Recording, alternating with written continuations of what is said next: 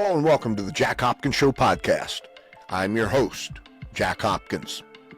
Today I have Margaret Henoch as a guest, a career intelligence officer at the Central Intelligence Agency, or the CIA. She served over 2 decades in the CIA's Directorate of Operations and Analytical Divisions, retiring in March of 2009 after 22 years of service. Margaret held the position of branch chief in the CIA's European Division, working under Chief Tyler Drumheller during the early 2000s intelligence oversight. Known for her principled skepticism, particularly confronting the reliability of key sources, including the infamous Curveball in the lead-up to the Iraq War, where she flagged grave intelligence concerns within the agency. Margaret was recognized as a senior analyst and central group chief. She provided critical insight and oversight of European-based human intelligence operations. Margaret continued to participate in public forums and expert panels. She appeared on 60 Minutes and engaged in policy discussions, bringing inside perspectives on national security and intelligence. Margaret Henoch's career was defined by analytical rigor, operational leadership, and moral courage. As a key figure in assessing and challenging pivotal intelligence inside both operational and analytical realms, she helped shape the CIA's internal accountability mechanisms and its approach to briefing policymakers. I have to tell you, if you like it direct, if you like it blunt, and from somebody who cuts through the bull and just tells it like it is, then you are in for a treat. So sit back, relax, and let's get right into this episode with Margaret Henoch. Okay, Margaret, question for you. We just recently had a pretty major world event that took place that relied on some intel, some pretty critical intel, but we've also had a situation now where we're getting conflicting reports from the White House and the intelligence agencies themselves, and it's creating quite a stir. You have a little bit of experience in the area of intel. I'll tell you what, let's do, if you don't mind. Let's backtrack to the weapons of mass destruction and lay a foundation there. Okay. And then we'll come forward to present day. Okay. So, tell me about your involvement and specifically maybe the framework that you were presented with when you got involved and what you were asked and told to do. Okay. I was at the time working in headquarters of CIA in Europe division because my boss at a previous job had asked me to come work for him there.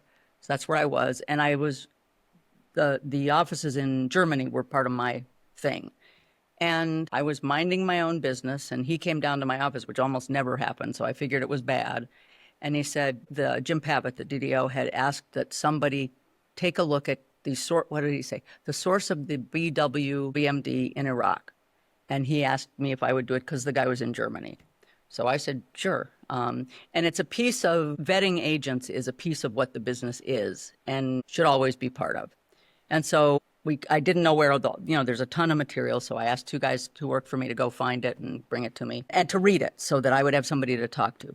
So they brought it to me, and about, 3 days later, I finished it. It actually took us a while to get the information. The people who held it didn't want to give it to us. And by sort of the way we worked, I should have had complete access from the minute it started because it was taking place in Germany. So we got all of it.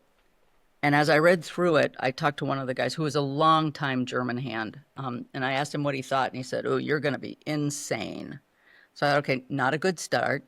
So I start reading it. And I can't find the way it works is you get cables from the field or cables from somewhere to talk about the personality, the background, the biography of the person they're talking to, just so that you can figure out what you're dealing with. So I started to look for it, and I couldn't find anything. I couldn't find his name. I couldn't find where he grew up. I couldn't find where he was from. I couldn't find how he got out. And that bothered me. And then there was no data on that kind of stuff. All I saw was his intelligence reports, and I don't know, I'm hesitant to use this word, I don't know jack about biological weapons. I mean, if it had been other things, I might have been able to do it. And I have some background in estimating weapons capabilities from a distance. But BW, I don't know. So I started to ask, like, who is this? What's he doing there?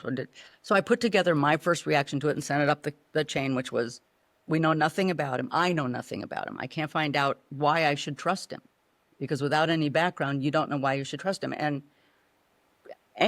frankly, it's just like when you do anything. Like if you go to buy a car and it's some guy on a country lot who has two cars and one is a 400-year-old Volkswagen, you might be a little goosey, especially, Sure.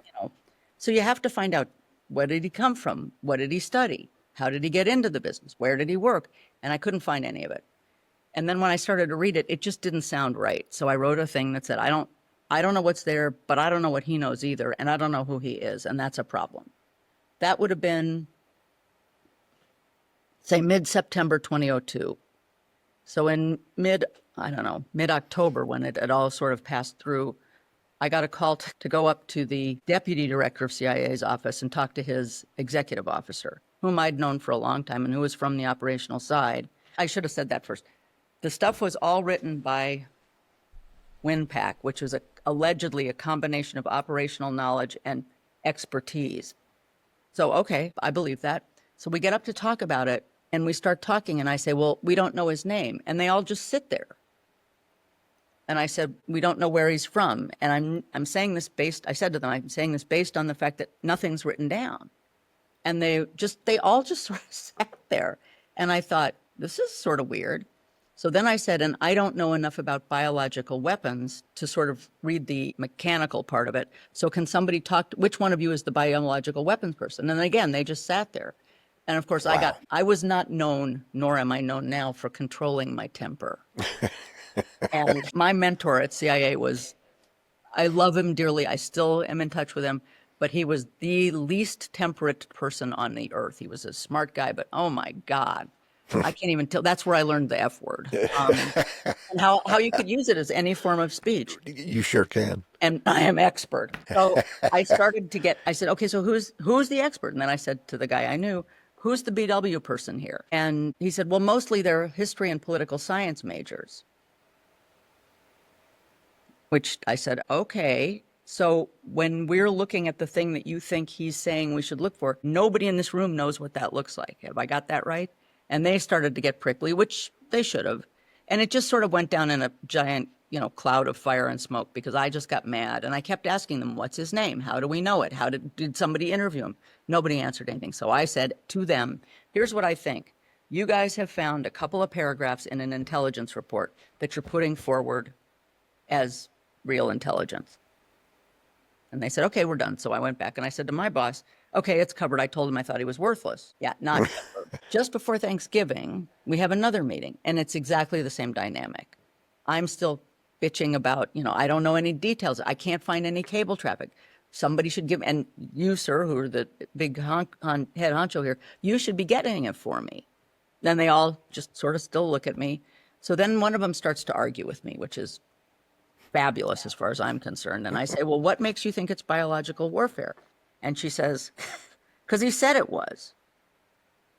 Yeah. And I said, okay. So I said what I always say. So if I brought you my Volkswagen Beetle and told you it was a Mercedes, would you buy it from me for $72,000? She looked at me. I mean, you can imagine it wasn't pleasant, but it was fine with me.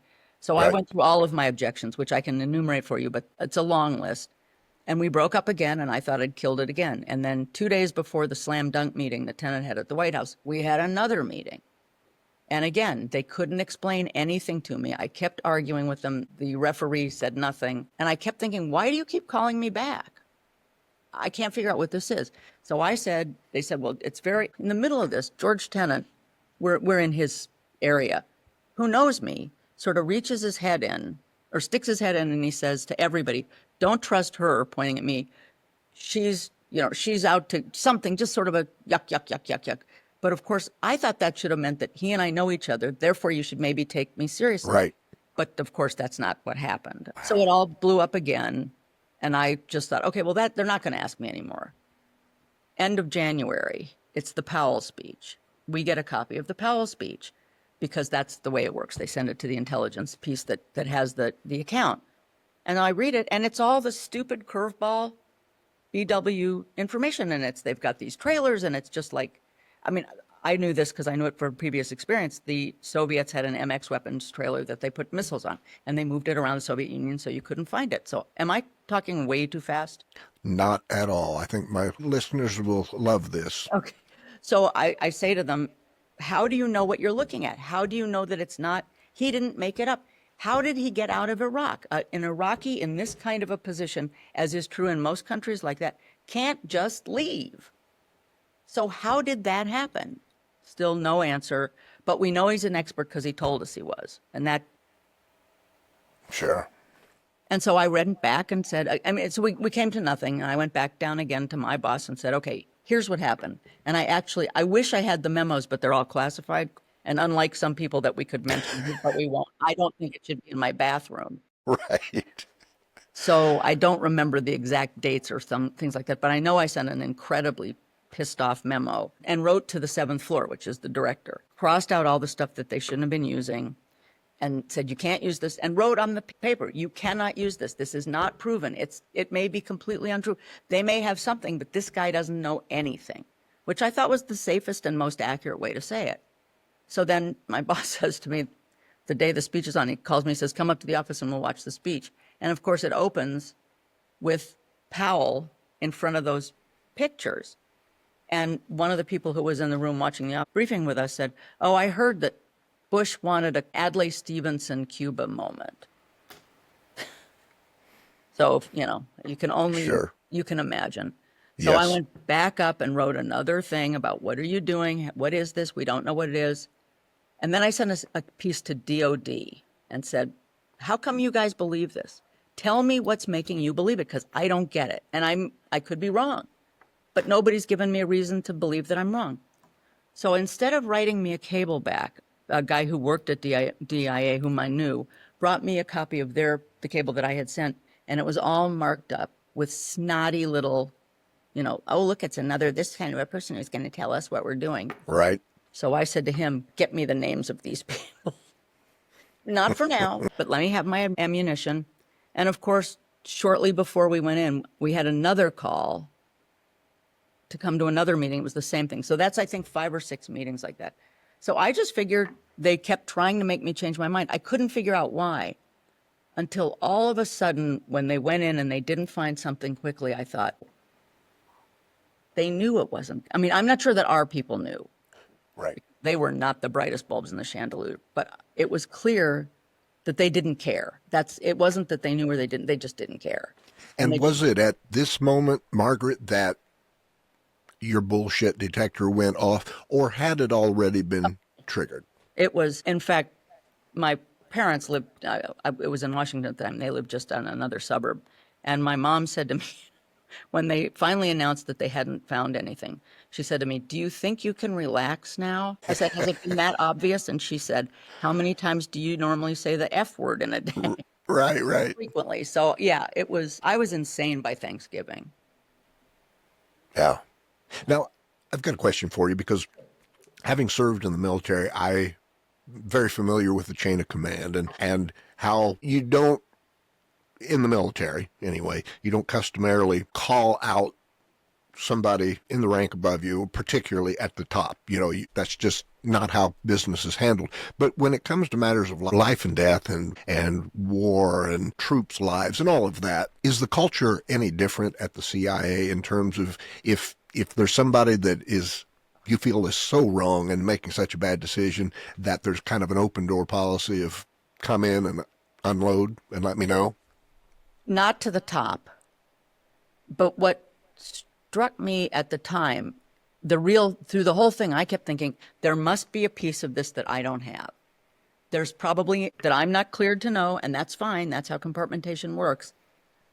But there's got to be something that I just don't know, because nobody's reacting to me. Every time the meeting before the slam dunk meeting was, 5 days before Christmas. And the DDO, instead of the guy in charge of the operations directorate, instead of sitting through the meeting, sort of stood up halfway through and said, I have to go buy my wife a Christmas present, and walked out. And I was like, okay, I don't know what this is, but something else. So again, I sort of thought they've got some fabulous agent who's giving them great stuff, and this is what they're going to tell people, but it's not the real thing. I couldn't think of any, and believe me, I was not a Bush supporter. I was not terribly fond of most people in the world at that point. Sure. Kind of like now. Right. But it just never occurred to me. And I knew Tennant. Actually, Tennant and I had spent the day before the slam dunk thing, he and I spent about 2 hours roaming around the building looking for a foreigner who had come to visit him, a senior guy in another service, that nobody could find. He had gotten into the building or he was standing somewhere. And so I was with Tennant for that whole time, and it wouldn't have ever not occurred to me to stop him and say something. Question for you that I often think about, because clearly certainly in many facets of the CIA, deception is a powerful tool. When we look at deception as a tool to obtain the kind of information that we need to be able to keep America safe, can you take just a moment and speak to the difference between deception used as that and an administration just knowingly outright lying, not for the benefit of the United States, but for the benefit of the administration? I don't know that it's ever happened before now that I knew of. I mean, I'm guessing that may have been Johnson, but thankfully I was just a small person at that point. And I don't know what the Bush administration was doing. I don't know that they were actively lying. I think they really believed that they would find something. At least I would like to think that that's what they did. And I don't know whether that's my innocence, which I am not, just for the record, or my sort of faith in government and faith in the way the thing works, which until fairly recently has always been pretty significant. My dad was a federal worker. I have a brother who was a Fed.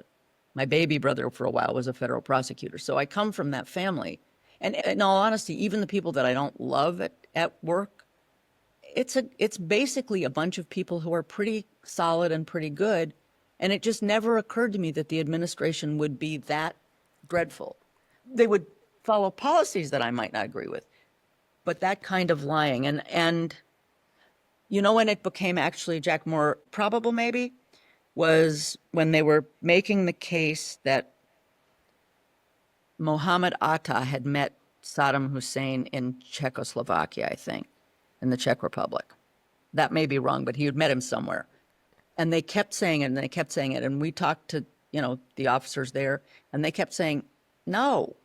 And then it sort of felt like lying. But again, that was the Hill instead of the president. At least that's who I saw there. Right. So I would say, I don't think I've seen administrations be that, as dishonest as I think the current one is. Right.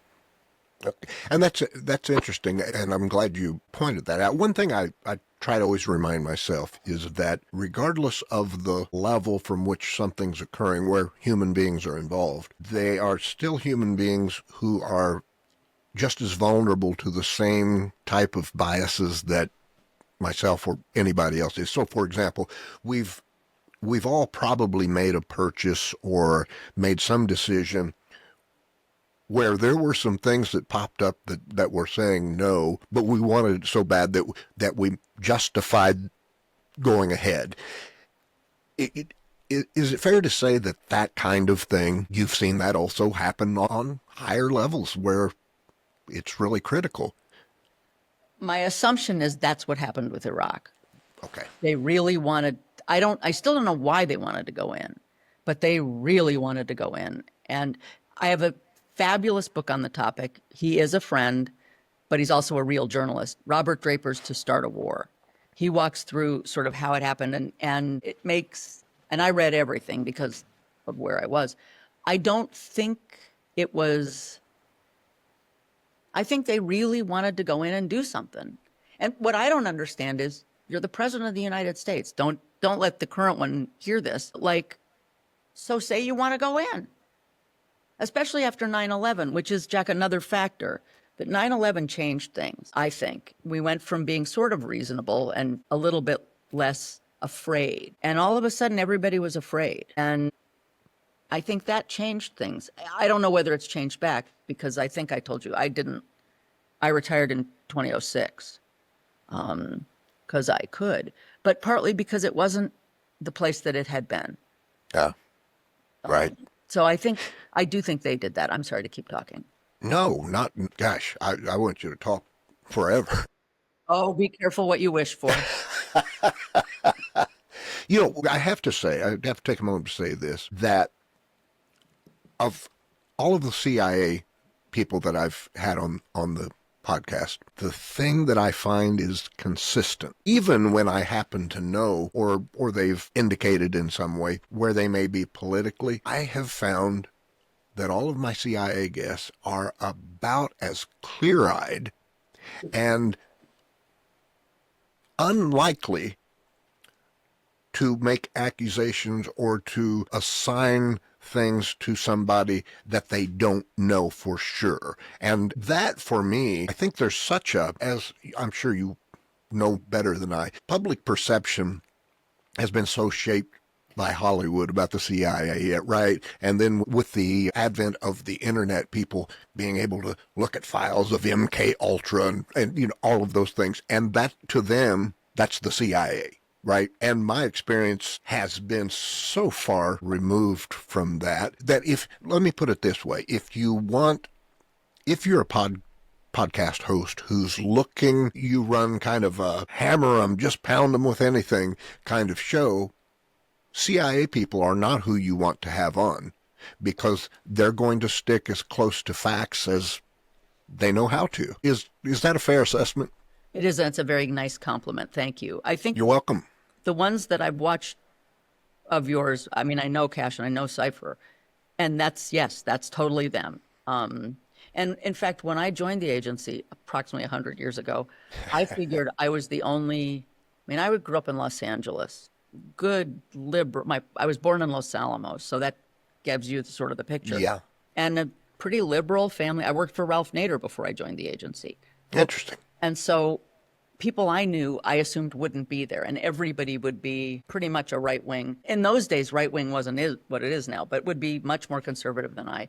And I was so stunned when, and nobody ever said anything about it until after 9/11. I had no idea what anybody's politics were. I just sort of assumed that everybody was over there, and it turned out they weren't. But it was something that just was not talked about, ever. Yeah. And it was really, you didn't stuck to what you knew to be true. Well, that's what I find so interesting about the steady state, right? Is the when you go down the list of names of the people who are members and participating in the steady state, while I certainly don't know the political affiliations of all of them or even most of them, but you can see there's a pretty diverse group, and I make the assumption that there's a pretty good mix politically, but everybody's focused on the task at hand, which I guess is maybe a good reflection of how it was and is inside the CIA itself, that we're here to do a job. So I don't need to know your party. And the other thing I would think, and I don't know this, I'm just sort of extrapolating, is that that's true everywhere else in the government. You have no idea. As I said, my baby brother was a U.S. attorney, and he's pretty conservative. I love him dearly. Sniff, sniff. He's pretty conservative, and one of his closest friends is Jack Smith. Interesting. And look at who his sister is. And it's just, I think it's just, you're used to people who, it's just not part of the discussion. Right. And there's such really strange. I'm sorry. There's such no. There's just such value in that, especially when you look at. Yeah, I've said this, I don't know how many times on air, on the podcast. I think the internet has been both one of the greatest and one of the worst things that's ever happened. It's been one of the worst things. Well, even here, it's I think been one of the best and one of the worst. It's allowed groups who have legitimate issues and concerns to be able to come together, right? And to find that, oh, okay, it's not just the five people in my town. There are lots of us. But it's allowed the bad actors, right, to come together in such numbers and with such skills that they do things like influence elections, right? So, yeah, that's a spooky area. I don't want to deviate too far off topic, so I'll come back to. So that culture then, I would assume, having done that as long as you did, that when you leave the CIA, you just don't leave that behind. And which is pretty evident in how you've been speaking so far today, in that, yeah, have been opportunities to say, oh, Bush lied, but you don't have that kind of information in front of you. And so you said, I don't, how. And believe me, I wanted him to have lied, but I still don't. Yeah. I'm glad you said that. I'm glad you said that, because we're human, right? Mostly. We're right. Sorry. Yeah, my wife referenced that to me.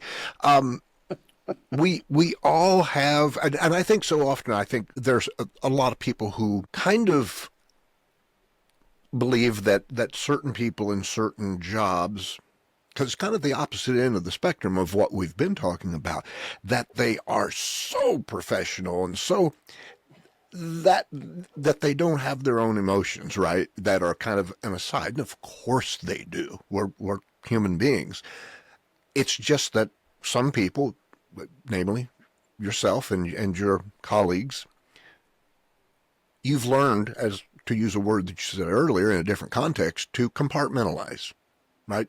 To acknowledge that and then place it over here and step into a different mindset. How crazy does it drive you? Totally. And I don't even know what the question is.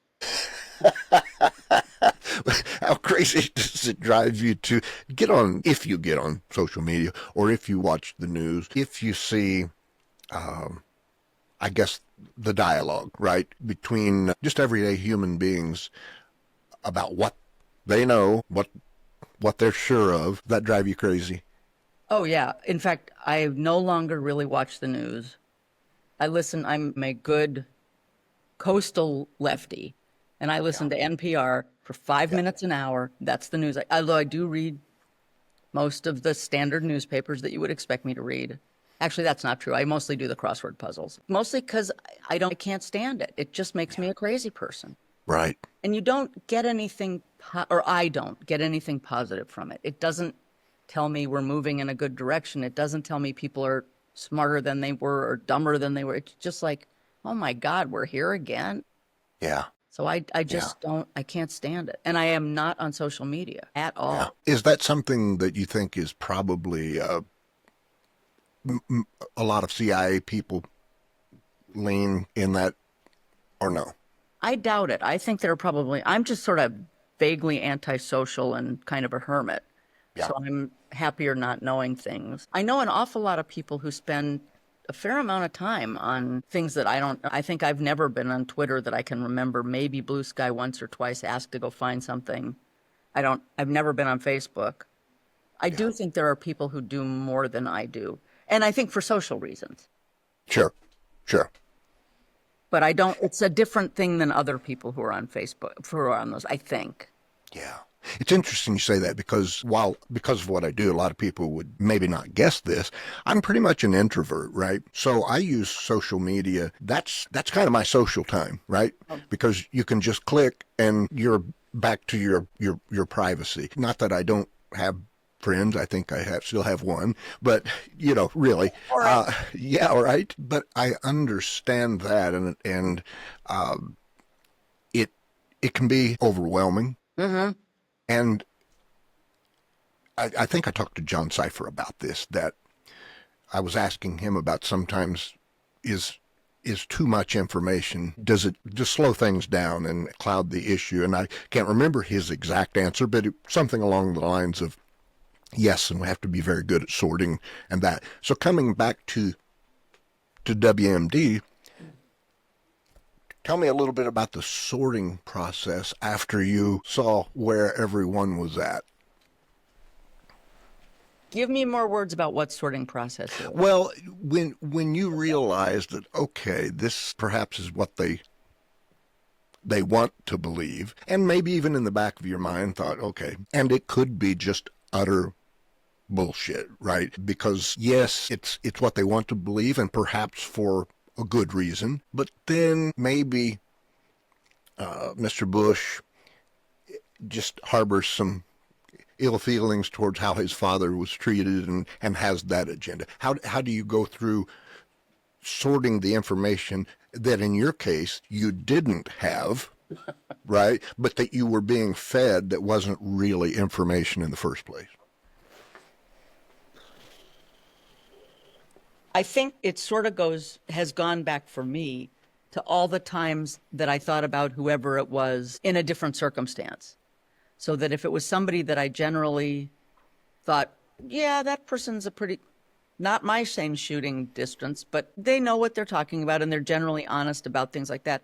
And if it was somebody that I didn't, in sort of the administration terms, I just didn't, they were still just as dishonest. What they did and things like that, I had my opinions formed pretty early on based on the same things that everybody does, although mine are probably harsher and far less flexible, I'm guessing. But I think I started, and I think I have a feeling that I'm not answering your question, Jack, but I had a No, you are. I like that you just aren't like giving kind of a standard yes, no, here's okay. what you asked for, because you're filling in a lot of gaps. Yeah, really. Not just totally babbling, which is what No, you're actually, this is the kind of stuff that really fascinates me, because it gives me and the viewers, the listeners, rather than just kind of a record of it, it's giving us an insight to the emotions and the thoughts and the different concepts that were bouncing around in your head at the time. I think some people read people better than other people read them. And I've always been pretty good at that. And I'm contrasting that with my father, who was the nicest human being on earth ever. And he was a nuclear physicist, and anybody was his friend. Anybody and everybody. The only time I ever heard him say negative things about people, maybe 2 or 3 times in my life, and he lived to be 95, so there was a lot of his life that he did not. Wow. And I think that that's a little bit of the way a couple of my siblings are. I've always been able to, I think, get a reasonably accurate read reasonably quickly. I also think, and you can totally slap me down if you feel like I'm getting way out of line. I think if you're female and in a particular place in the world, like you want to go to work at someplace like that, or you're at certain other professions or universities, you have to be better at it than you would otherwise, because you'll get run over by it. Right. And am I right to assume that, much like the military, that's where I guess my reference point is, the CIA, especially during the period that you were there, is very testosterone driven. Oh my God. It was like a marinade every day. Yeah. And it was horrible. And as I said, I was incredibly lucky. My mentor, who was one of the meaner human beings on earth, but he was brilliant and very well respected. And he saved me more times than I can even, it's too embarrassing to admit that I would never have gotten to where I got, because he kept reaching in and grabbing me by the scruff of the neck and saying, stop it, sit down, shut up, I'll tell you when you can talk. And It was mostly because I wasn't recognizing what it was like. When I went through training, there were 64 people in my class, 8 of whom were women, and only 5 of whom were headed to the operations directorate. Really? So, and here's the really terrifying thing. I was the first one to be senior promoted, first female in my class. And that is so scary. You have no idea how worried. Oh, wow. Yeah. That I can only imagine, because did you feel like, okay, well, the camera's on me, Actually, the spotlight? I sort of felt like I was getting away with things that people weren't noticing. I believe that may have been an incredibly bad assessment of what was going on, but I got lucky. I was in the right place at the right time a few times. And that's, Curveball kind of made my career in some ways. So it wasn't terrible, but I've been lucky through this whole thing, I think. Yeah. So let's,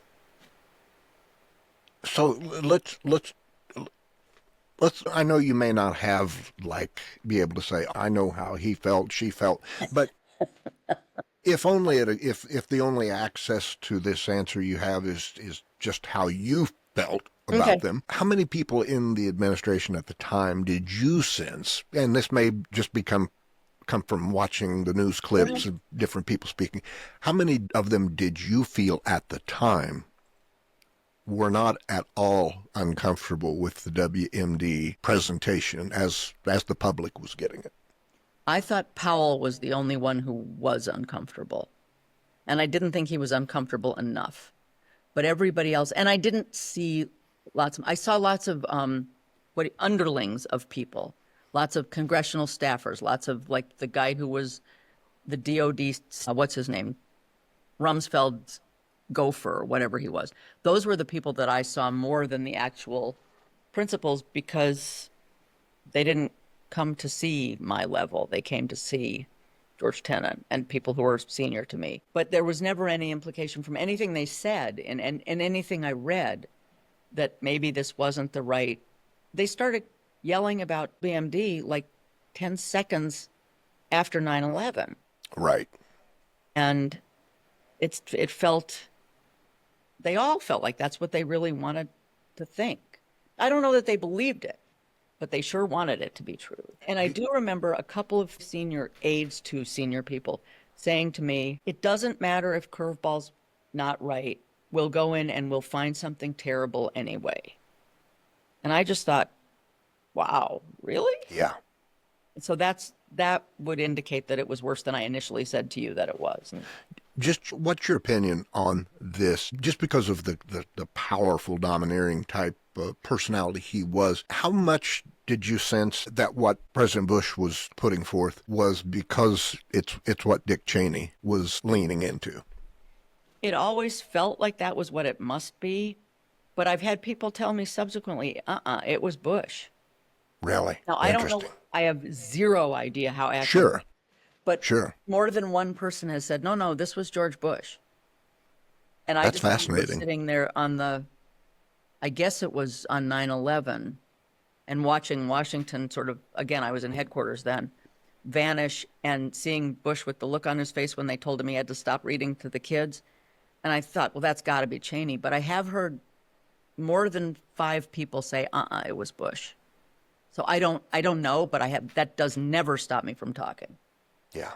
Right. That's good. That's why I like having you on here. When you made and I don't know that this is exactly how this flow chart works, but in what I would call your final assessment, right? When you put forth your final evaluation, how well received or not was it? Of Curveball? Yes. Not well. And in fact, it was so bad that someone who will remain nameless, but who I've mentioned before as a special assistant to the deputy director of CIA, so he's out there and he knows who he is, called me and said, in like a nanny, nanny, nanny, he said, you were wrong. We found one of the trailers. So I said, great. Who identified it as a BW thing? And he said, Curveball. So I said, so did you show him 2 different trailers? And he said, no, we just showed him that trailer. And he said it was BW. And I said to him, you never took a science class, did you? And he said, well, what do you mean? I said, you can't just show him the thing that he's been telling us about and then believe him. And so then I think 4 days later, they sent a BW team out and they came back and they said it's a weather trailer. So I got to call him on a big fancy secure phone and say, it was an extraordinarily mature moment. Yeah. But Is that in your mind similar to putting like one person in the lineup and saying, is this the man who raped you, whatever the case may be? especially one person who's wearing the outfit that the person said they were wearing, who has the hair color. I mean, it was just, I remembering, again, in like basic science, whatever you took the very first science class, you have to have a control group. Right. And I was stunned that somebody at senior CIA levels or senior military levels, and I'm guessing they didn't. I'm guessing they said, well, what does it look like? But the agency had so much vested in Curveball that it was probably somebody from us that said, is this a B, and probably said, is this a BW mobile trailer? And he said, Yeah. oh, yes, because that's what you would say when you were a little kid if you did Sure. something terrible, Right. or at least I would. How much, and I'm only asking you to speak on the time that you were there, and you may or may not have any real knowledge of this, but if not, just instinctually, when an administration is wanting for this something like this to be true, how much influence does that president or that administration have with the top tier CIA people? For example, George Tenet, are they persuadable? Oh, yeah. Sorry, I should have let you finish. No. That you jumped right to what I wanted to talk about. I mean, my guess partly is who the senior person is. I think director of CIA might be the worst job in Washington, D.C., mostly because you never get to say, hey, look at what great thing we did. There's always a whole tale of terrible things that go with it. And because when you come out of it, you don't get a good job. I mean, if you do a really good job at state, you get either a huge ambassadorship or a vice presidential nominee. If you do a really good, same thing at DOD, you get out of DC, like, who was it? Woolsey didn't get a great job coming out. What's his name? Webster. I mean, they were all older than dirt. Casey, I think, died instead of coming, which was a little overreaction, but that I guess worked. So I think part of it is it's a terrible job. And part of it is people, with the exception of the guys who were the head of it sort of before I joined, like, God, I just had his name in front of me. But the guys who came up through the agency, they understood what they were looking at. Others of them just don't know what they're really looking at. And they're much more comfortable, at least I have found, with the analysts, unless they're wanting to have, and forgive me for this, like a frat boy day. Then they like the ops guys because they're all going to sit around and, scratch and do those kinds of guy things. But I think it's a terrible job because you're basically walking into a situation that you don't know anything about. I mean, Hayden was better prepared for it and probably wasn't quite as easily persuadable. But the rest of them just, what, I can't think, Deutsch. And he was very nice to me. Right. So I have to say, that may have been one of his biggest mistakes, but he just was clueless. And I think I was way too young or junior to know anything about Woolsey or Webster, but they both struck me as just not really aware of what the building was that they walked into every day. Yeah. And I mean, who actually, Brennan did come up through the ranks. I was long gone. And I have to say that after Curveball, I was so angry and so sort of disinclined to be kind about anything. And I could retire, so I did. Yeah. I didn't follow the agency. I didn't pay any attention. Most of my friends were gone. I just said, I am done with this, which is probably not a bad way to leave it. Right. Regarding Brennan, I will say this, if ever there were a face of seriousness, I mean, boy, I'm sure it was unpleasant to be on the other side of his desk when he was not happy. Just even looking at him was pretty intimidating. He and I had one bad go-round when I was chief in a place not in this country, and he came to visit, and he didn't come through me, which is protocol. He was supposed to come through me, but he came through, I think, the foreigners. And he showed up in my office, and I was like, what are you doing here? And he told me. And I said, you're supposed to be coming through me. Now, it didn't occur to me at the time that I should worry about being nice to him because he wasn't any part of management. And because I never worried about being nice to anybody anyway. But I just had to say that before somebody called your studio and said, by the way, he was just like, and he was completely, he just sort of kept looking at me. I said, no, you do understand that I'm the boss in this country. And you just totally broke protocol. And I could actually call and request that you go home. But our Christmas party's tonight, you want to come? And he did. And then I figured, he could introduce himself to people. So I didn't introduce him to anybody. Boy, that put him in his place. But yeah, he was kind of a jerk, in my humble opinion. Sure. Yeah, he's definitely not a warm, cuddly kind of guy. The place isn't long on warm and cuddly, let me tell you. Yeah, and I want to, before we kind of come forward to current day situation, I want to ask you about that because I get the feeling that your personality and your approach and attitude is such a critical thing in some place like the CIA that, you know, I have a newsletter that I write that's very direct. It's very blunt, and it's not a cozy. But the people who subscribe to my newsletter, they're people who have subscribed because that's what they want. They don't want to have to sort through the niceties to get to the meat of the information. Would you say that even people who may personally have found you abrasive, that on a professional level, they appreciated and respected, or sometimes maybe. About once. I was difficult. I mean, they were not wrong. I was not impressed with any. I don't know why. I mean, what an ego. For absolutely zero reason, by the way. But I guess it just was. Yeah, I had some, and they're still not impressed with me now, nor do they care for me, but they would be confusing me with somebody who gives a rat's ass. Right.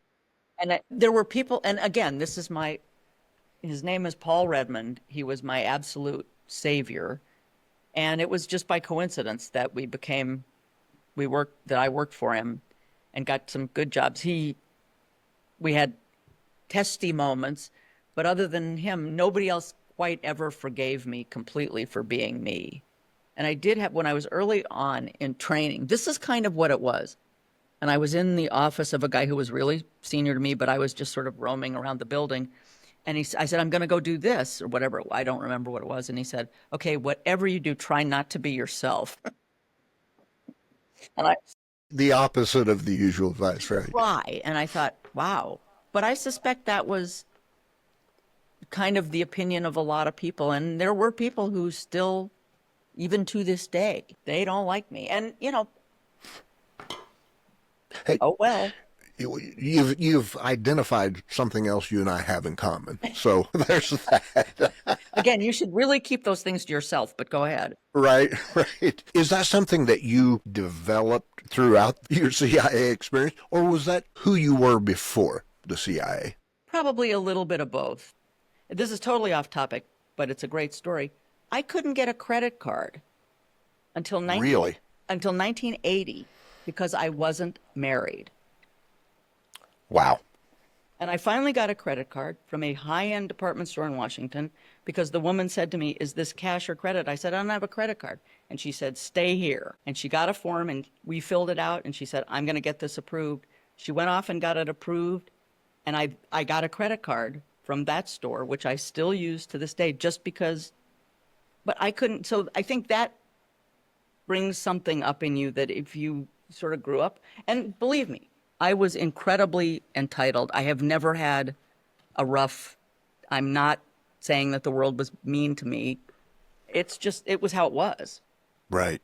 So I think it was sort of, and because I'm very secure in my own brilliance, which, not everybody. It's when I listen to this, I think to myself, what are you doing? But it never really bothered me.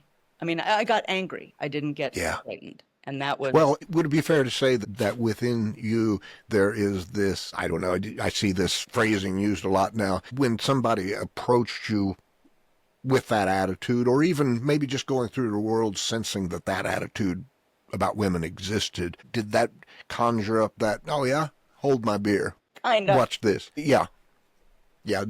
Was that part of your fuel, do you think? Probably. Yeah. I think it was, I mean, this is, wow, I really am not young anymore. This is in like 70s. And women were not in the engineering fields. And women were not next to a MiG-25. And it just wasn't, and it was interesting to see the differences in how people reacted to me. Because I expected the most grief from the fighter pilots. But they were not terrible. The worst were the mechanics. Really? And I would be like, really? Yeah. Although mechanics are still horrible to me today. So, I guess maybe that's just mechanics. I do think it played into things. Again, Jack, I want to make sure that I was not handicapped by it. I never felt like, I did feel sometimes like, really, that's where you're going to go with this? But I don't think it held me back. It probably benefited me in some ways. Right. And I really sense that about you, that in no way, shape, or form did you ever feel like a victim, No. but that you, if anything, and I'm only saying this because this is kind of how I operate, and I kind of think we're on the same wavelength with this. I'm the kind of person that's quite often I'm glad that pushback exists because I thrive on it. Right? If the world were always nice to me, my motivation level would probably plummet because a lot of my drive is, all right, asshole, Bring watch it on. this. Yeah. Yeah. So I never, ever in any way feel victimized by anything or like you said, handicapped by any belief approach. I might behaviorally, if you're observing, you might think, boy, but what's going on within me is something totally different. I may be expressing anger, but I'm secretly appreciative for the opportunity, if Yeah, that makes sense. totally, totally. Yeah, It's a great outlet. And it it also is. trains you for the next time. It does. It does. And I think, would you agree with me that we are always teaching others how they can treat us Hmm. by what we allow? Oh, Right? yeah. So if you snip at the hand in front of you a few times, you have conditioning that person to say, go ahead, stick it out as long as you don't mind getting nipped, which I think is important for all of us, Oh, sure. because otherwise, if we are across from another human being, we are never not conditioning them for something. So if you would have been in the CIA where tempers were always flaring, except yours probably would have created a more uncomfortable position for you. Probably. Yeah, I also think I was a very good boss. Because there was no bullshit. And I would right. say to them, I'm going to come in, I'm going to holler, I'm going to yell, I'm angry. Doesn't mean anything. And people loved me, which is Yeah, hilarious. Especially because I was a pain in the ass most of the time. right. You weren't really supposed to agree with that quickly. Well, I mean, no offense, but I just think also, I suspect it was home.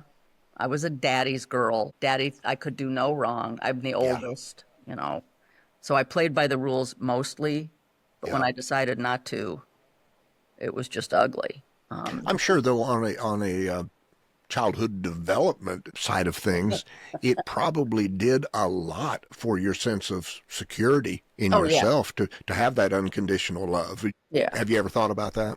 Oh, I'm sure you're right. I'm sure you're right. It gives you, and also because then I don't think any of the four of us ever says, "Oh, well, I must have gotten that wrong." Right. I mean, you do sort of say, "Ooh, did I get that right?" Yeah. But it's a scary world out there, and Yeah. we were thankfully, and he was great, and I appreciate that from you. I I know you're starving. And then there's my new roommate. He has no boundaries either. Right. Yeah. And I think the agency was actually, it was worse when I first joined, but they weren't terrible to most women. They were, I'm currently working with a woman at Steady State who I met when I was a baby and trainee, and she was like my idol. I can't really tell you why, but I met her like once again 30 years ago, and we never really knew each other. And now it turns out that she's becoming a really, really good friend for similar sort of experiences because Right. we were both brought up in that same craziness and came Sure. out of it. And I don't think I came out any meaner than I went in. I mean, you can't work for Ralph Nader and be a shrinking violet. Yeah, tell me. Obviously, I'm familiar with Ralph Nader and his political history, but on a personal level, I don't know a lot about him. What kind of man was he to work for? Fabulous. I was in graduate school. I needed a job. He paid like nothing, but I figured it would be a good introduction to things. And he had an umbrella type group that was his sort of liaison to all of his other groups. And I was in that top one. And so I would go out and do banking research stuff in support of the issue of the day back then was redlining. He would send me out to go to banks in all over the country. And he said to me, by law, if you're doing redlining work, you ask the bank, may I see your mortgage book, the thing that you have and may I have a way to copy it, please? And they don't want you to see it, and they don't want you to do that. And he said to me, if they give you any trouble, you say, may I use your phone for a collect call? Of course, now I don't think there's such a thing as a collect call. And call and just ask for Ralph Nader. And if I'm not there, somebody will pretend to be Ralph Nader, and you just say, here's where I am. And I did it 4 times, and all 4 times before I got through the end of the first sentence, the document they didn't want me to see and a means to copy it were on the table in front of me. And he didn't let you go out without protection into sort of hostile things. He was a little humorless. Right. But it was a really fun place to work. I mean, a really weird, because actually, I think this might be me, and I'm going to say it before you have the chance to. I like places where you have to be really committed to doing something. Yeah. I can sense that about you. You're not a 1 foot in, 1 foot out. No, I'm like, you got the whole thing. And that's why they were both good. So yeah, he was entertaining, and he could have paid a little better, but benefits and all. I think he felt a benefit was being in his aura. Yeah. And I'm sure that's probably a common experience, isn't it, when you're working in that sphere. Yeah. But it was good. What have you felt in terms of emotions and the thoughts that you were having about those emotions as you've watched the last 4 days of people saying we don't know at this point exactly how much damage we did, and a president and SecDef saying it was obliterated? Bring back memories. And they're all unpleasant. This one feels worse to me. I mean, that one was pretty miserable, but I was too wrapped up in it. Of course, then that one wasn't as miserable because I got to say in the end of it, wait, so I was right?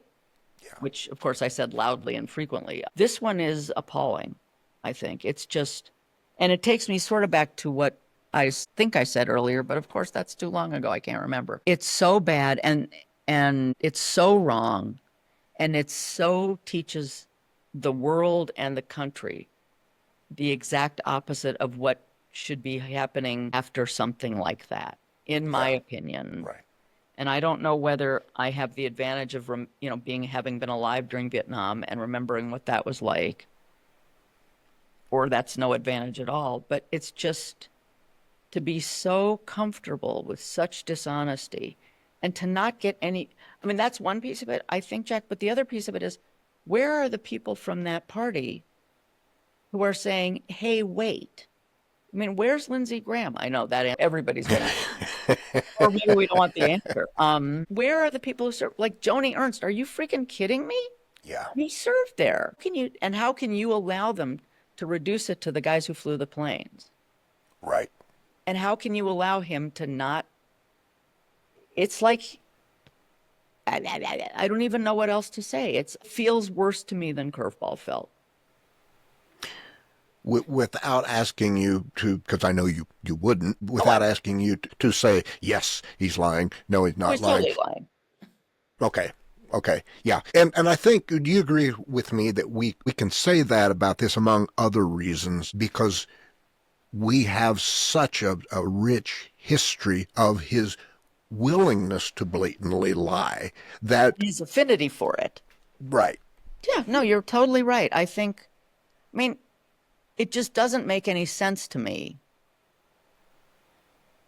that if something had really happened, people wouldn't. Nobody wants the Iranians to have a nuclear weapon. Right. And it's not like he bombed, Los Angeles and said, although he's moving in that direction, nobody wants that to happen. But it seems clear that it didn't. And to not be able to say, we don't know yet, or we're going to do the best we can with what we have. it's like having a 2-year-old in charge. It is. It is. Are there people? I'm sorry, you go. No, you go right I was just ahead. going to say, I don't think it was the same thing as Curveball, because when it turned out that there was nothing there, nobody said she's lying or, oh, he's lying. I mean, they didn't say, oops, which That's a key point. helpful. And they didn't accuse anybody of lying, and they didn't like screw over the people in those positions who kept saying it. Right. Yeah. Thanks for bringing that up, because that's easy to overlook. That's a really defining difference between those two events. Do you feel there are people in the CIA, or let's just say this, are there people within our intelligence agencies, good people who've been there a while, who have not yet been, escorted out, so to speak, that when they see this, when they see him coming on, even in the face of his own intelligence people saying, look, slow down, here's what the intel is, and him to go right back to its obliterated, are there people within our intelligence agencies that are going, Jesus Christ, what? He has no idea the danger that he's putting this nation in. Is that an ongoing experience? I would assume so. Yeah. I mean, and I would assume that's true pretty much in other places besides just intelligence. Yeah. But I would think that people are just, does he have any? I mean, the answer to that question is he doesn't care. Whether he knows it or not is not the question. It's that he doesn't care. But I'm sure that is, I mean, and people are, I have met several who are terrified and want out, and they're not old geezers like, I think I just said to you that my dear friend Steve said to me, yeah, well, they're not grizzled old ladies like you are. I was like, excuse me? But they're not grizzled old ladies. They're, in their early fees, and their careers have been upended, and their mortgages can't get paid, and they don't see any upside to him being there. Yeah. And then when he lies about things, the intelligence community does not need anybody to lie about it. It does a perfectly good job of not doing the right thing every time. Yeah. And it's just a horrible, and it's a betrayal, it's also a betrayal. Well, that leads me to my next question. How much, just through his undisciplined use of speaking, right, that it's just a flow of, it's like laying on Freud's couch, right, and just free association, how much intel does he give away on a weekly basis to people who are watching and listening, who know how to read between the lines? I don't know, but if I were working there, I would be terrified. My question is, are they telling him anything? Yeah. I mean, if I were still there, would I be? And my guess is if I were still there, I would just be lying through my teeth. Right. But I can say that now because I have a great pension and I'm retired. Sure. I'm filled with wisdom now that I don't have to actually. But I think I'm sure it's horrible. I'm sure every day people say, let's not tell him these 6 things. And then somebody overrules it because that he's going to just say something stupid. The advantage is he probably doesn't read anything. So I would just keep having him read stuff and it won't get retained. Yeah. In terms of that, because we've heard many reports on that he doesn't read. And in fact, I don't know how credible this is, but I heard this and I can't tell you where I heard it right now, but somebody speaking about, I think it was on a podcast, somebody speaking about that the administration was even thinking about creating a Fox News type show where they could have like host speaking this stuff, so he didn't have to read it, right? Because he's so riveted to watching something like Fox News that they thought maybe we can get him. Now, I have no idea whether that's true, but with what I've seen from this White House, it wouldn't surprise me. It's in the realm of possibility, without question. What's the danger of a sitting president having no interest in the intel briefings? World War III, not to overstate. I mean, he doesn't know. I think we're actually seeing bits and pieces of the danger with the NATO meeting and the Group of Seven, the G7 earlier in the week, when they're saying, oh, well, we're only going to meet for 2.5 hours. We're not privy to know what else they're talking about without us there. We're not privy knowing, I'm guessing that somebody would tell a trusted whomever, but who do they trust at this point in the U.S. government? Yeah. You can't. The danger is that we're going to get left out of everything from climate change to vaccinations, that we're just not going to have a huge blank slate because people, whether it's the intelligence community or not, they're not going to share stuff because they don't know what he's going to do with it, assuming he remembers it for 10 seconds, is going to be bad. Yeah. And if he doesn't like the messenger, if he's decided that he doesn't like the Italian prime minister, who was really making good faces the other day, if I were the Italians, I'd be waiting for what the next shoe to drop was going to be. And I guess it was the Queen of the Netherlands who was also making faces at him. But that's also, in a different way, even the fact that they're making faces on camera internationally is a terribly damaging thing, because we used to have stature. We don't have it anymore. We don't. And boy, that stings to admit, doesn't it? It really does. I referenced a minute ago, I asked you how much intel do you think he gives away just through lack of discipline? And let me speak directly to that, kind of what I had in mind. Because Trump has 8 years, not including his prior life, 9 years of conditioning us to know that everything he says is a lie. Here is what my mind immediately went to 3 weeks ago, when he said he was going to put things on pause for 2 weeks regarding Iran. Now, I didn't know clearly, but in my gut, I knew he's probably going to take military action. My assumption is somebody in the regime in Iran had that same gut feeling, because we have intel reports that they moved. We don't know exactly what, but they were in the process of moving. It could be, do you think, that he might have conditioned that regime to also know that everything he says is a lie? So if he says, hey, pause for 2 weeks, we better get ready for a strike. Oh, absolutely. I'm sure you're right. It seems like a ridiculous assumption that nobody's, because they don't know whether he's going to launch a nuclear war yet. I mean, it isn't even that they're going to come get us. What's he going to do? Yeah. You just have to assume that you got to be ready for God knows what. And I would not want to be in any of those. I mean, I wouldn't want to be, what's her name in Mexico, except that she's hilarious to listen to. Oh, she is. Claudia, yes.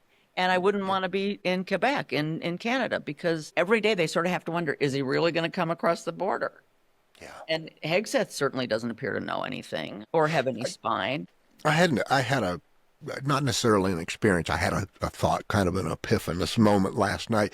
I've long had, on the various social media platforms, I've had a pretty good following from Canada and many different countries around the world. And I used to get a lot of comments and go U.S. Prior to the election, right? 2024, and they're polling for you, and you guys got to fight. And I had a lot of dialogue back and forth, and it just hit me a couple of evenings ago. I was like, I don't hear from those people anymore. I mean, I see they've liked a comment or something like that, but as far as they don't have anything positive any longer to say about the United States. And that bothers me, not because I'm pissed off at them. It bothers me because our administration, our president, has shifted everything in terms of public worldwide perception of the United States of America. And for people like you and I was born in 1966, so you're a baby. But I got in on the tail end of cerebrally and awareness-wise of watching what was going on in Vietnam on the news, right? My parents were the Walter Cronkite every evening. Oh, yeah. And so I was right there by their side with that. Coming from myself, most of my childhood was in the 70s, right? Wow.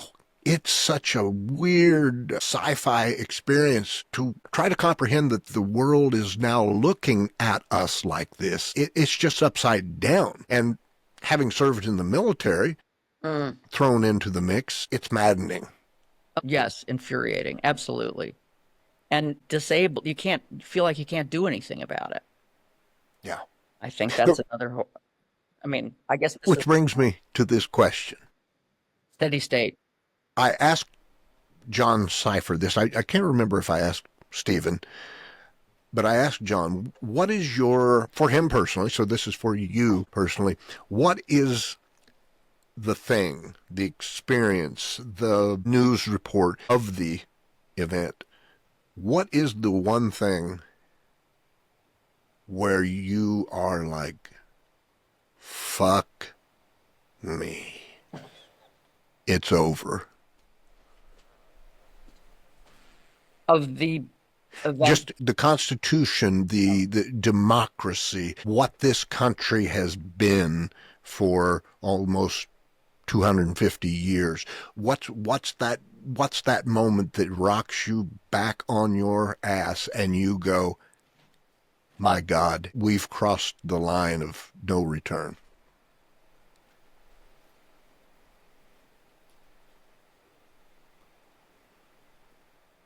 I guess for me, it's another couple of Supreme Court decisions in the directions that I don't want to see them go.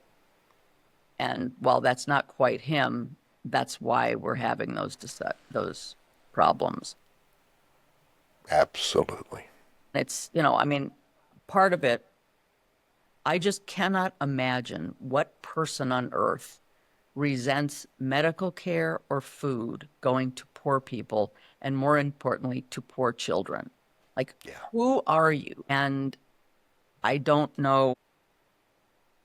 Sure. Those are the things that I mean, the security of the country, that's terrifying. All of that stuff is terrifying, but the stuff about just cruelty is what puts me over the edge.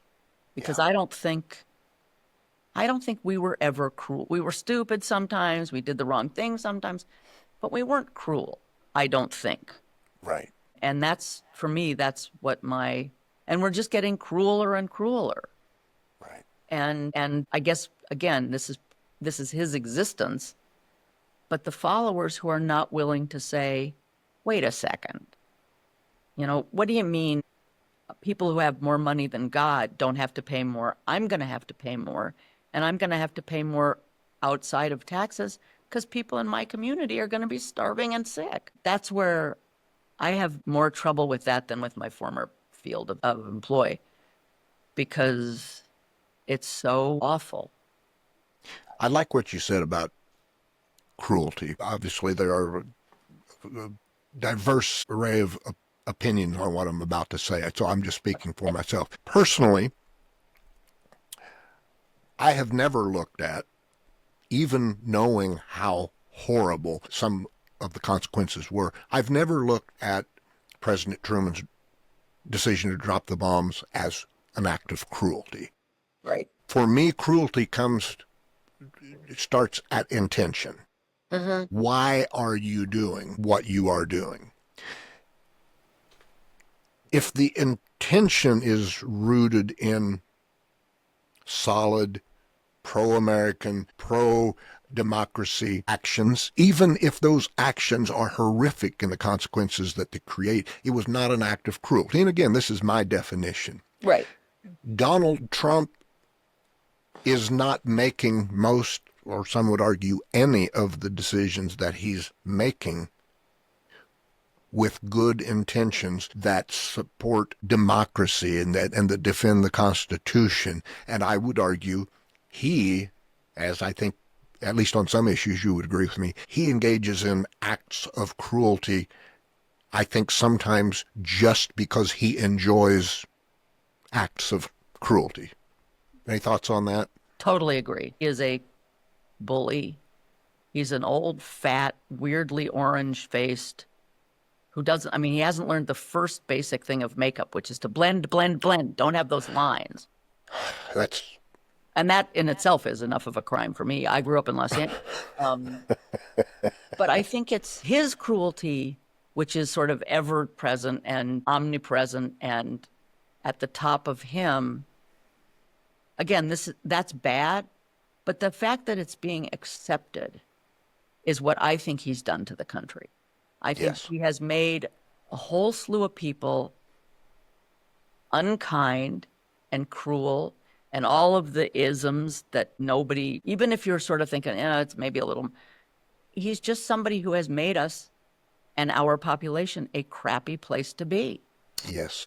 And, I'm not planning to leave because in my world, if there's a way for me to stay here and torture him, that's what I will be doing. Right. Right. But I can't imagine being any one of the number of people that he's gone after. What are you doing? Sorry. I'm just chewing on something. I'm a pet owner. Oh. So yeah, I know how It happens. No, Yeah. I think that's the thing that I would say. He's a horrible, horrible everything. Yes. Like, I can't imagine him. There's just no way I can think of, if there's a God, he will go to some place in his afterlife and I will be running it. There you go. I like That's what I how want. you think. And I'll let you know. Okay. But I yeah, think if you need like a vice president in somebody your who might capacity. make me even crazier. That would be good too. The fact that he has been able to turn this country into what it is turning into is just horrible, I think. I do as well, and I'm glad you brought that up because I've often heard it said that the thing about technology is that it never reverses itself. In other words, it only goes in one direction, right? You don't have something happen, some event, and you get a regression in technology. It continues moving forward. And I think human behavior is very similar to that in that when permissions are given to behave in a certain way, it's very hard to ungive those permissions. I think you're right. You know what I mean? Yes, unfortunately. I think you're completely right. And Yeah. I don't know how we do it, and I don't know what we do, but I'm there to try to fight it, and however it is. And I think, unfortunately, it's not just relegated to the intelligence world. It's everywhere, which gives, I don't need a clearance anymore to fight him.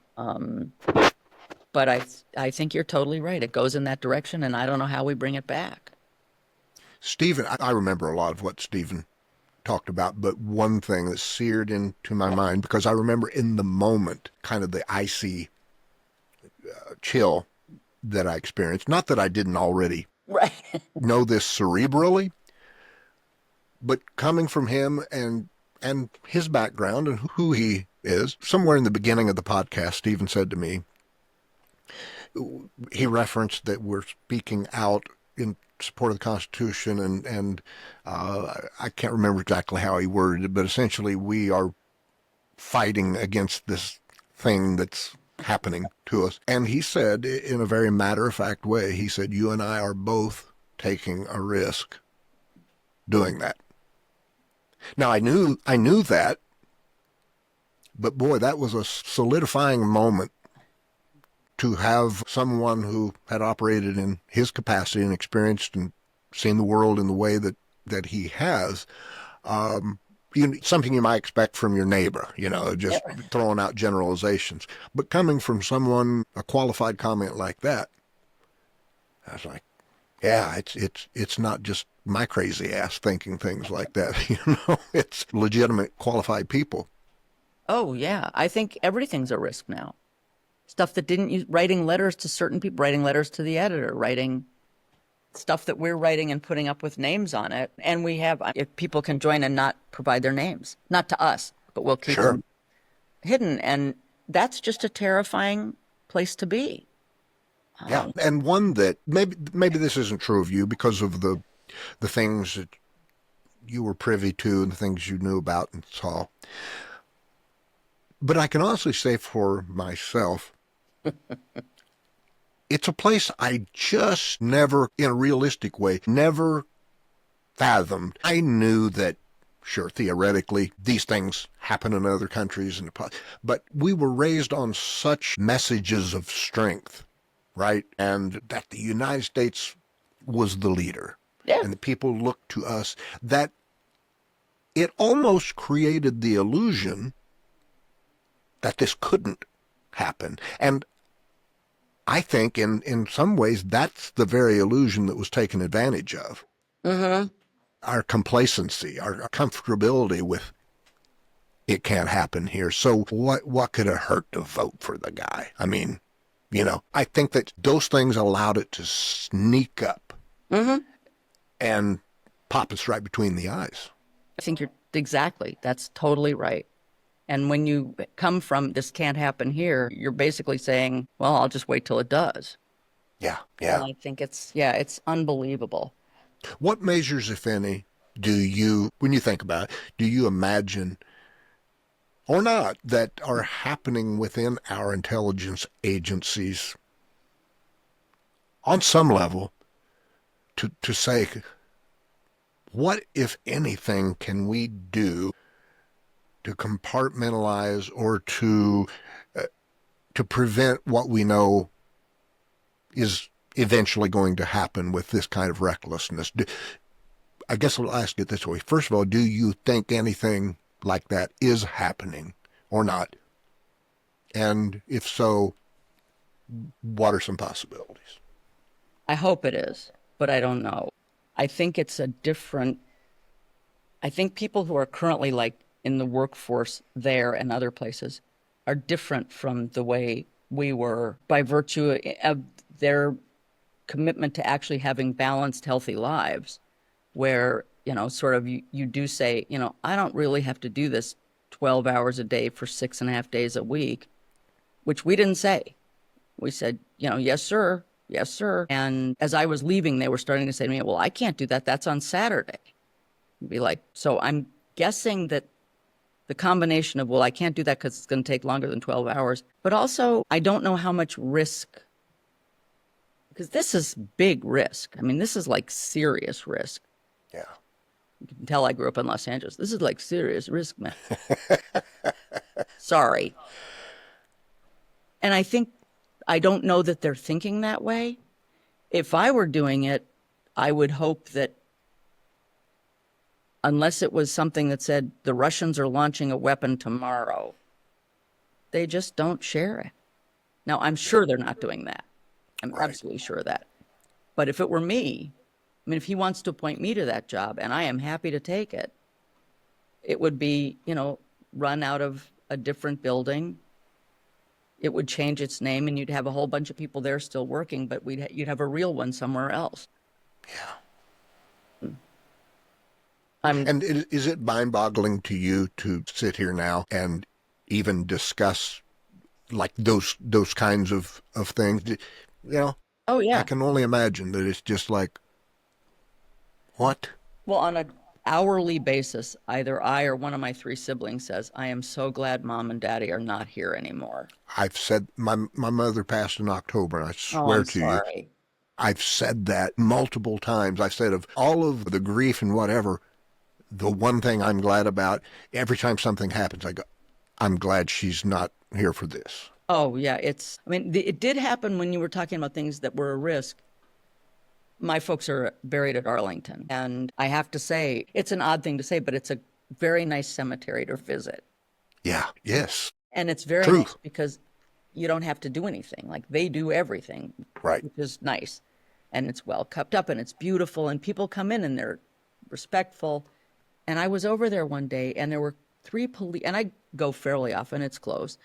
And there were 3 police sort of vans, and they did that barrel in through the main gate. And you can't drive into the main gate unless you have a pass that says you're visiting a grave. And you only get one of those if it's a family. And I thought, my first thought was, I'm going to turn around because I probably shouldn't be here with my parents I will now be a target. And I started to actually turn around, and then I thought, and pardon my language, oh, fuck him. Right. And of course, the cherry on top of this is I drive a turquoise blue Mini Cooper convertible.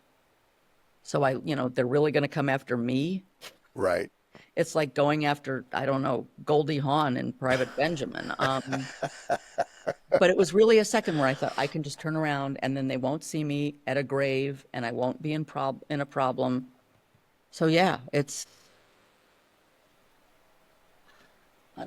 ungodly.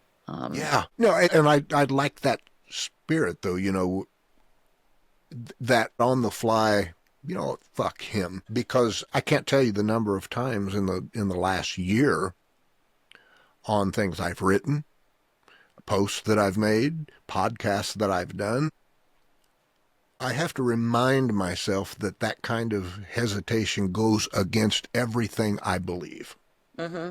Right? Because otherwise, He wins. look, nobody is not vulnerable. Right. Right? When the stakes get high enough, if you don't have your shit together and little reminders for yourself to keep you on track, you'll get off track. Mm-hmm.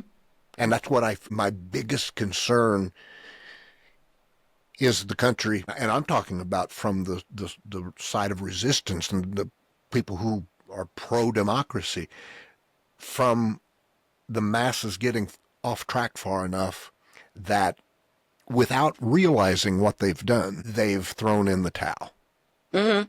They've given up. Mm-hmm. And for me, that's my defining moment, right? And I can't tell you exactly what that looks like. I think I'll know it when I see it or hear it. But once we've gone over that point, then the rest of it's like taking candy from a baby. Yeah.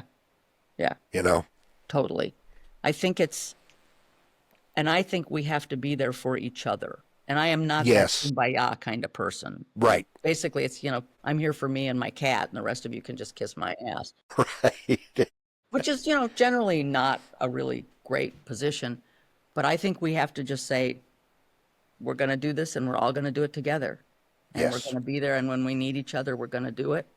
And I do realize that sounds like I should whip out my banjo and play kumbaya, but I think it's true. And it was very interesting. We had a protest here in Bethesda, which I don't know if you know the geography around. It's like a mile from the district line, and it's a, high-end community and all that, education and the whole bit. And people were out there, and I would say there were more gray heads than anything else. And in part, I think it's because first of all, we don't have that much else to do.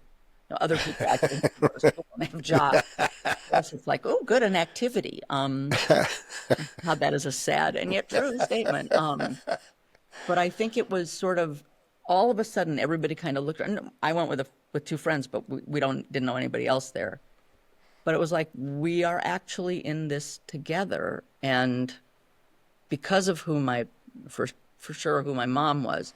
We did a lot of Vietnam protesting here because by 68 we were back here, and it felt similar. Yeah, felt that but less terrifying.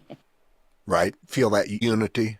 Yeah, where you're in this, and I went down to one of I can't remember. I'm always at some protest or another, and it does feel like it's not just me. Yeah, that's such an important feeling atmosphere. How it's something that you kind of feel it within, but you also it surrounds you even when you're alone. Yeah. Right. When it's totally.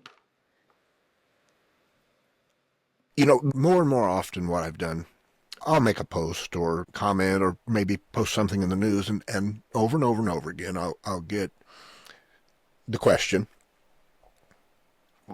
what else? What can we do to fight this, though? Or how does this end? And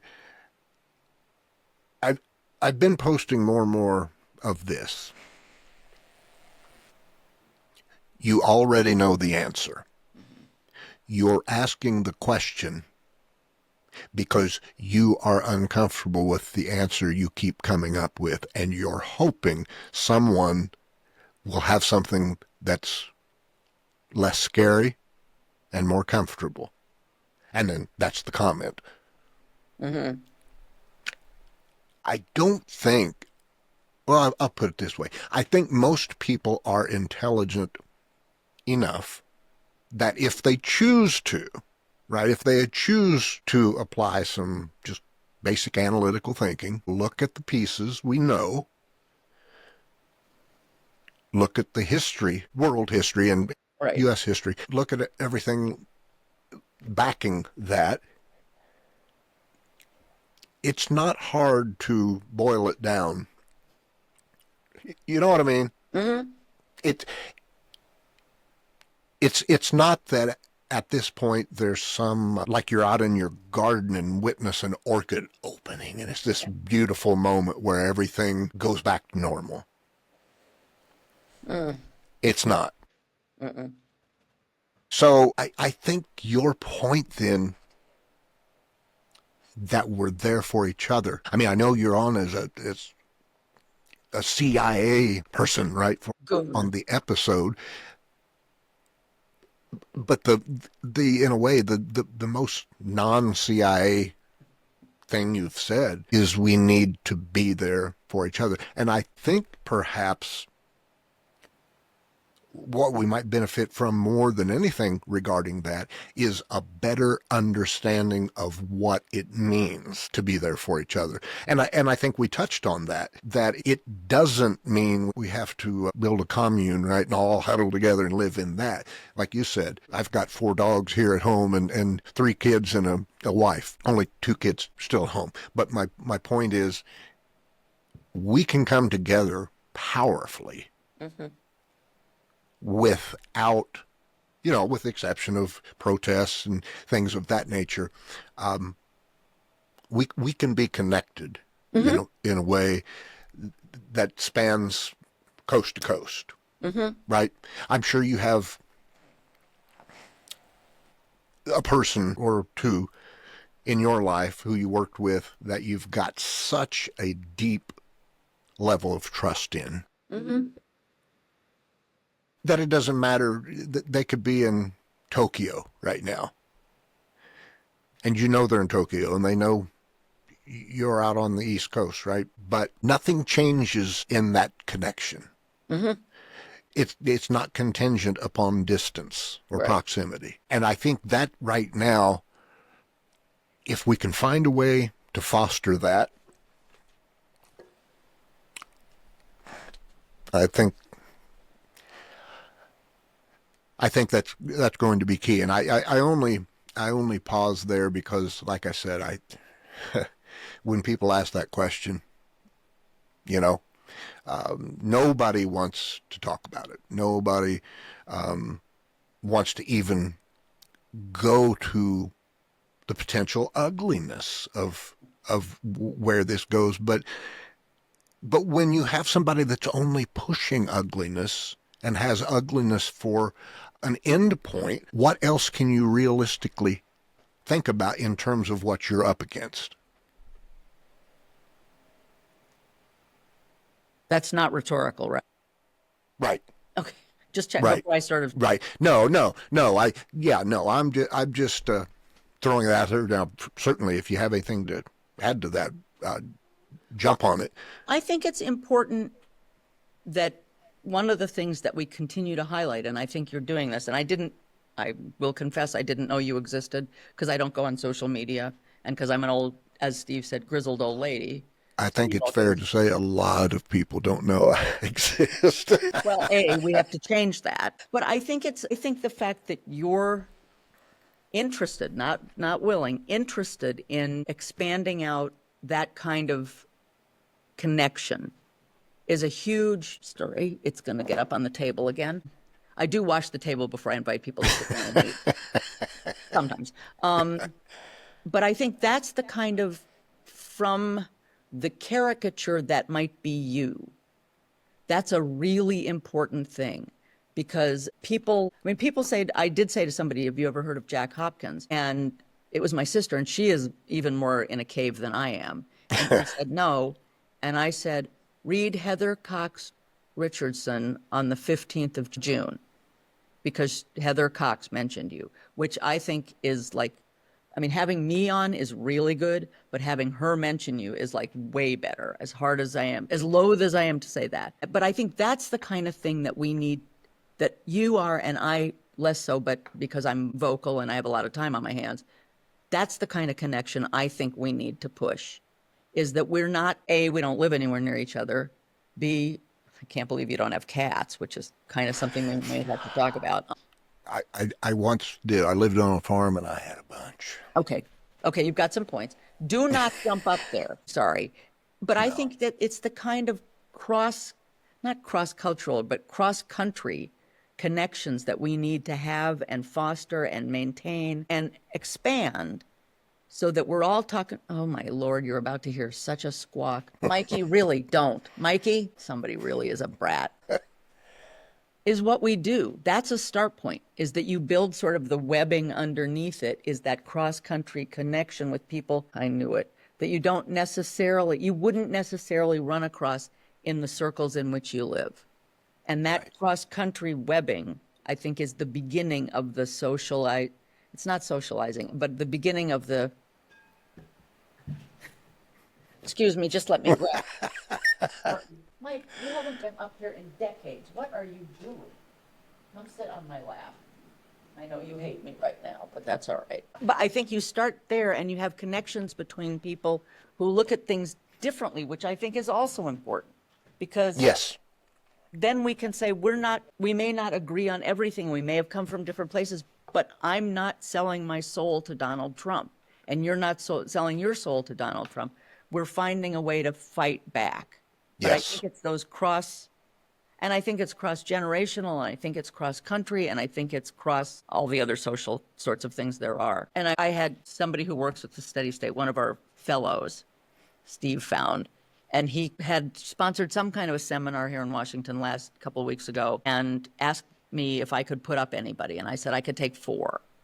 And he said, okay. And somehow on the way down here on the same bus, the 3 of them lost the 4th, which I think is a subject of concern, but he's saying, don't you guys want to go? They're like, nah, he'll call us. So, okay, so we never got the 4th. But they were completely on a different planet than I am, like in pretty much every way possible. And still, there was enough of a connection because here's how expansive I was. I drove them to the subway. Oh my God. And I fed them. But now there's like a web. Now there's a connection. And they wrote to me, each of them separately wrote to me after he bombed Iran and said, what do I think? What do I think? And that's another beginning of sort of things that can be, you are really a pain in the ass. I even put out extra food. I'm sorry, Jack. But I think those are not at all. Connections that are, I know. I'm sorry. Hey, Mike, look what I have. You want a treat? Come here, Mikey. This is why children of mine would become serial killers. For all I know, he's a serial killer. I know. Look what you get. I think those connections are what we need. Yeah. Yeah, I do as well. I had an experience just a couple of days ago. I saw a lifelong friend of mine. He was a warrant officer in the Army. He was a Apache helicopter and a pilot, and he lives in the same area that I do. Republican, not MAGA. And we ran into each other at the gas pumps. Hadn't seen him for some time as far as speaking to him. And even though I'm fairly certain all of his foundational roots are still conservative and Republican, we were able to stand there for over an hour and voice our concerns about what we're facing, right? There was such value in that for me. I've reflected on that quite a little bit since the conversation. And it's such a refreshing thing to be able to have different positions and still, as you said, you were as different as, night and day between those three or four people. Well, 4 and 1 lost, but somewhere between here and Connecticut. But to be able to say this thing is so important that we can put everything else over here for now and unify. And I think we've, if nothing else, and I certainly hope there's something else, but if nothing else, if we can find a way to increase that web of connections, I think that's so key. And here's what's interesting is when two people get together and talk that have kind of a common goal. I never imagined that on this episode with you, we'd be spending the time that we've spent talking about that. But I think that that's what can happen is you have the ability when you communicate, when you talk, and when you're connected to break out of those molds of usual discussion and to say, this is not really in our wheelhouse, so to speak, but we both agree this is important. Mm-hmm. And those conversations are. And I think we all have to we're not going to stay in our wheelhouses now. Right. I'm getting out of the wheelhouse. Yes. And I'm not an expert in X, Y, and Z, but all they need me to do is go downtown and make noise. That I can do, or sign this thing. And I think we win. Yes. And let's wrap up with this, because I'm not now, sometimes people will tell me, you're such an optimist, Jack. I'm not. I'm a realist. And I know how to, because I think that's important, I know how to weave an upbeat feeling into uncomfortable realism. Mm-hmm. Kind of blend, right? Because sometimes realism framed the wrong way can be very counterproductive because it kills fight, it kills motivation. Right. So, but I think we have to be realistic and look, and the phrase, which is not politically correct today, but it's not over till the fat lady sings. Right. And I'm not seeing the fat lady, right? At least not one who's singing. And that is a spirit that not only that I have and feel, but when we are paying attention, that's a spirit that is so woven through our country. Mm-hmm. So any talk of, like I see, I posted something today and somebody, well, it's already too late, Jack. If I'm breathing and my heart is beating, my attitude is, it ain't too late. Uh-uh. It's too late for me when they lower me into the ground. That's my attitude. Yeah. Because any other attitude, we just assist the very thing that we claim to be resisting. Yeah, exactly. You have to, Nelson Mandela didn't ever do that. No. Right. And I'm sure there are others, but that was the first thing that came to me, is there are plenty of people who've stayed with the fight. And if they could do it, I can do it, and they can do it, you can do it. And I do think the connection, and I do think you're doing a fabulous thing by building some of the connection. Well, I appreciate that. You can sleep well tonight. Tomorrow may be a different day. I do mean that, Jack, because I was like, oh God, I've only done this on really, really friendly places, and if he's friendly, I can't tell. And of course, oh my God. And Steve said, shut up and do it. Mr. Gracious. In fact, he was here, and I was like, Steve. Oh, really? He was here. We live about maybe 2 miles apart. Oh, nice. And nice. His longtime family friends, his kids are friends of my family's, and they used to come visit my parents. Is that the sweetest thing ever? Wow. But he said to me, I can't remember exactly what he said, but he basically said, it's another block in the wall. This is a connection. I said, what if we don't like? I was like, oh, for God's sakes. So I think that's what we say, is today we may have built some more bridges. What a perfect ending. That's, I'm so grateful for those kind words. And likewise, gosh, you've shared so much that I think people who were excited about listening to this episode or watching this episode were wanting to hear. But like I said early on, this has been so conversational that you've also filled in. When you watch somebody in a rigid setting where it's just rapid fire questions, and they answer them and they move on, you never get a sense, I think, of who that person is. You got their answer, mm-hmm. but it didn't tell you a whole lot about them. And so I think the more conversational something is, you do get to learn more about that person. And to me, that's where the real meaning of the answers they give comes from. Mm-hmm. because without that context, Who knows? it could be the curveball, right? Oh, that was unnecessarily ugly, I would just like to say. So, Margaret, thank you Oh, Jack, thank you. It was, so much. no, thank you. You have been very pleasant, very cordial, and just great to spend this much time with me. Back And at you. I think you and I could probably agree that for as many people as we have that might not like us, I think we found we like each other at the very least. So I would say that at the least. Thank you so much. It has been a pleasure. thank you. If And someone weren't so whiny, yeah, well, tell Mikey he can relax now. And Jack said, hey. I'll tell him. All right. Thank you. Thank you. Take care. I'm still All on. right. You too. Bye-bye. Bye.